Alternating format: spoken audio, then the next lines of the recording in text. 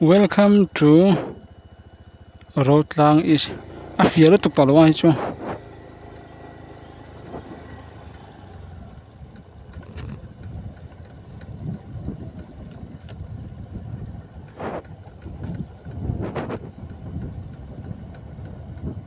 hen kwa lut hal der me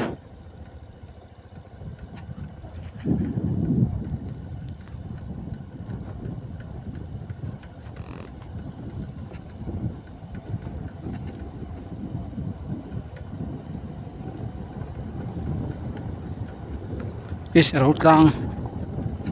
thì dọc mấy chẳng mồi dọc xe tiết na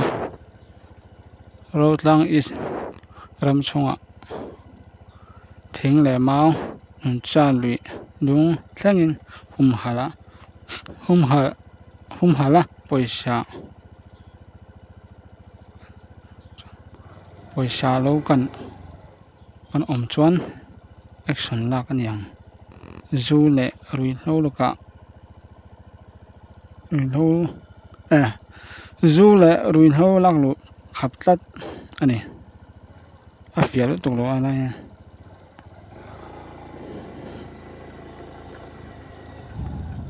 khop mà Road Lang is a chung mi pui jong ti bai bek ula ko lei lung voi khat nan lo rap ve scooty nan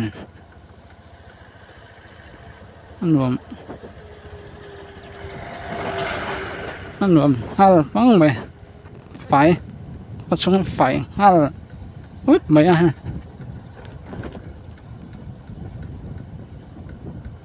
hồi mà thằng phẳng đón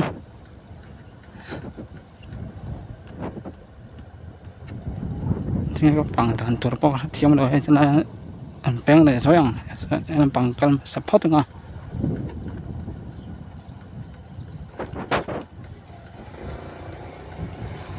một em trang tên nằm chuôn giọt bạc ngã nằm sát thế nên feel nhóm tắc này anh đón看 feel chung về cho phải tắc này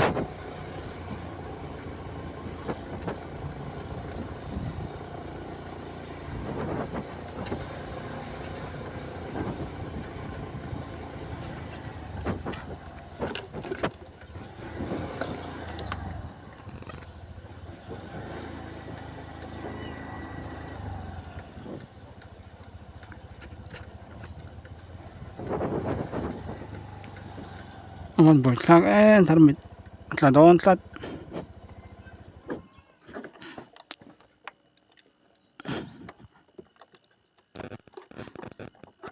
ห่างกลางทะเล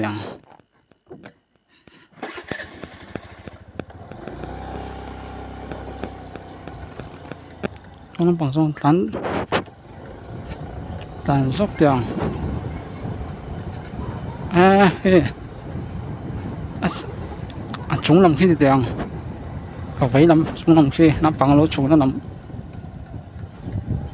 bằng khi anh làm hay là khóc mà sầu xin tiền thì có với khát thành về nó tụi nó thì nó bằng cái gì lù lắm lên thì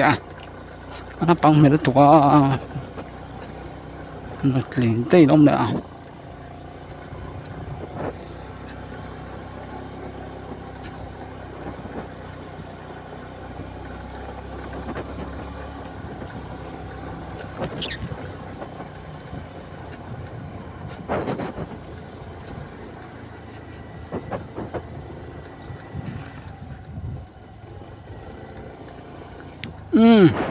ông bằng cho tập so lại với cái số mà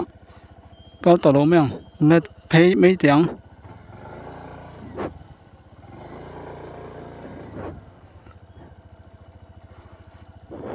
làm bao nhiêu anh rót cái này nè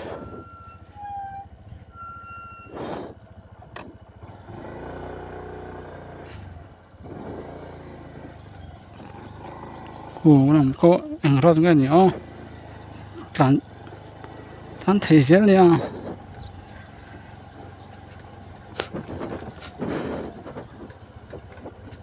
anh biết cái chuyện nào là mà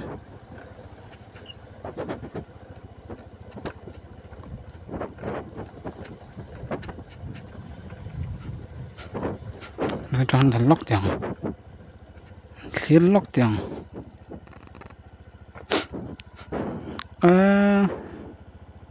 hên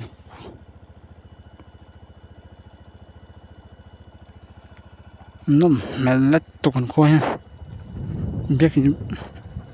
anh biết cái số là tắc này cà phê nó mà hắn anh rót ngay nhiều chán cà phê là tiền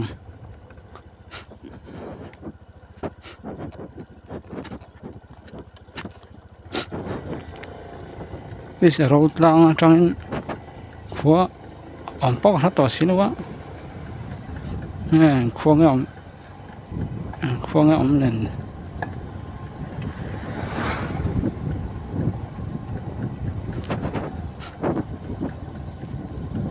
cặp bố gan rau từng nghe làm lại chỗ mà ông chuẩn anh rót nghe gì nè bố gan rót bảng à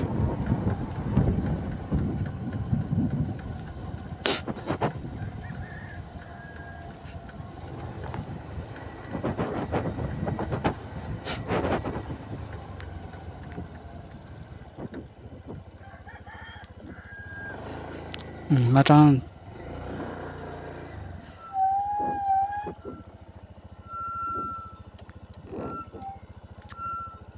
nét số lẻ lóc mèo tiền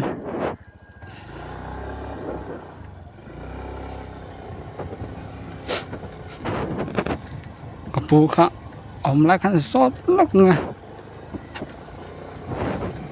anh lâu lút mà nàng tiền họ và ông ngắm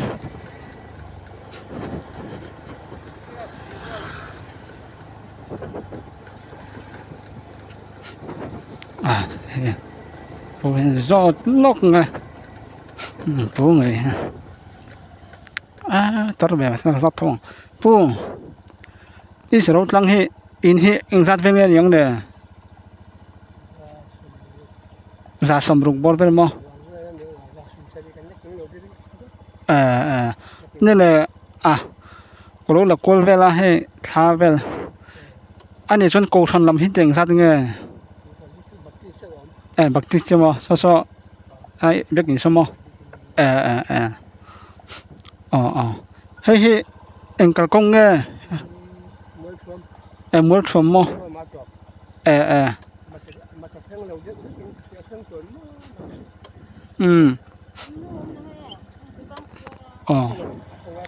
còn làm một tục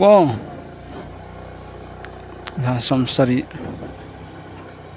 sắm sari bor về lòng này mấy chú chọn câu thành khát chứ mà anh lung ruột thắc hop mà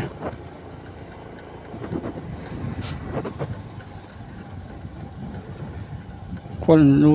lung ruột thật tắc này con liền tiền luôn lên câu thành khát ông biết anh tôn lắc tắc này qua giờ này tụi khốt nhóm tắc này ôi tin xe cho một cái tia mà sao này tụi thà là hô nặng tất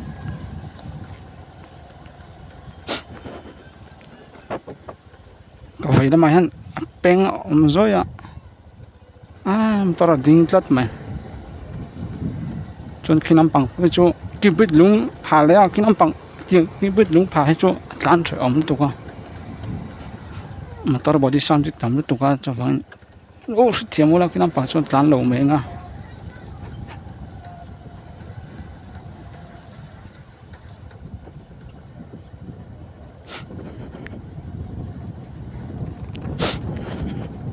thì trắng vắt mình cho các khu là tụi con nó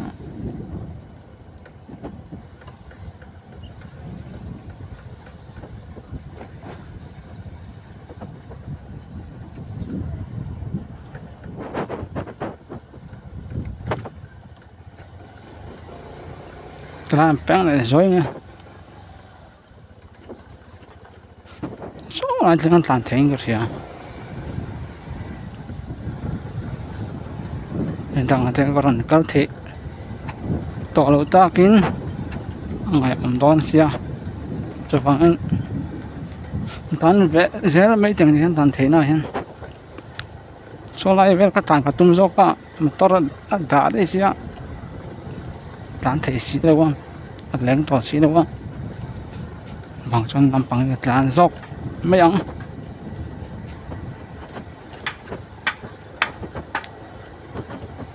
hệ mà tao chưa đâu phẳng hen anh听đủ mấy thầy à thì thôi em chọn lâu bốn lục thực thiểm sắm lại đó đi à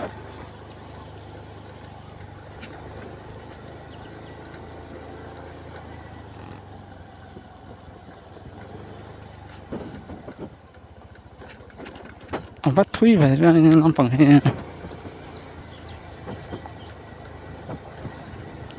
thui rô khóc mà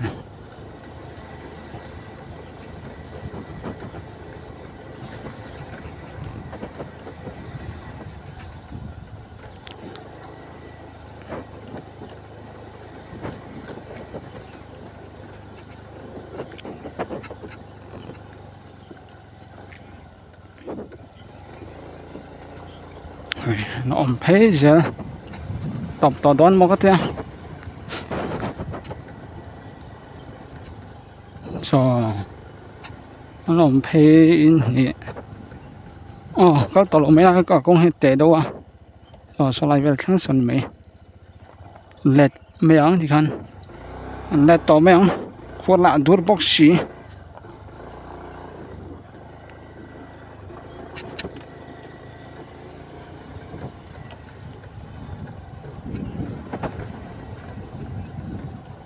vốn cho khoa đuổi lát mày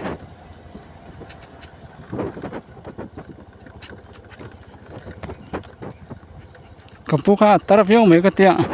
mà là alo trong cái chỗ lằng phá lẻ khóc mà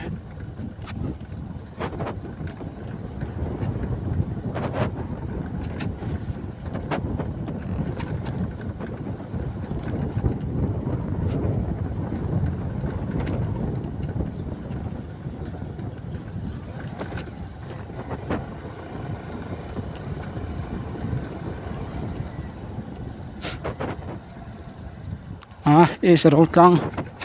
karin anh khóc bụi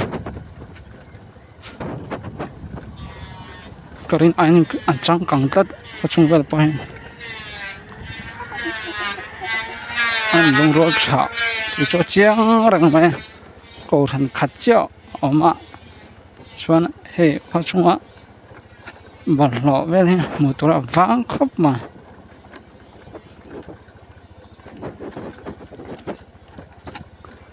bật lọ một tổ rất ấm rồi có phải tắc này có in toàn tắc nha cái tiếng chỗ nó về đó cái họ lại tóm em cái phẳng tụt cho cái phẳng giống cái gì thì cái chân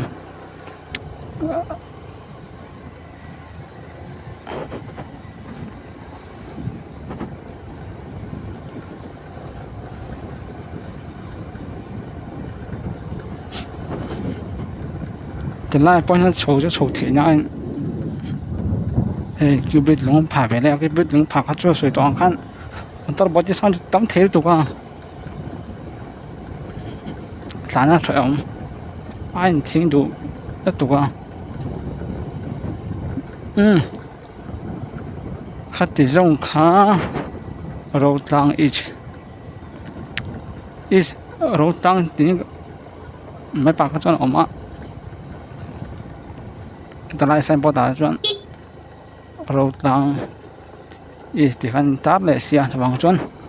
anh bỏ cho bồi đâu cho lại hiện đâm thực in mong chảo này mong đi bỏ đâm thực in mong chảo này khát thì rong khá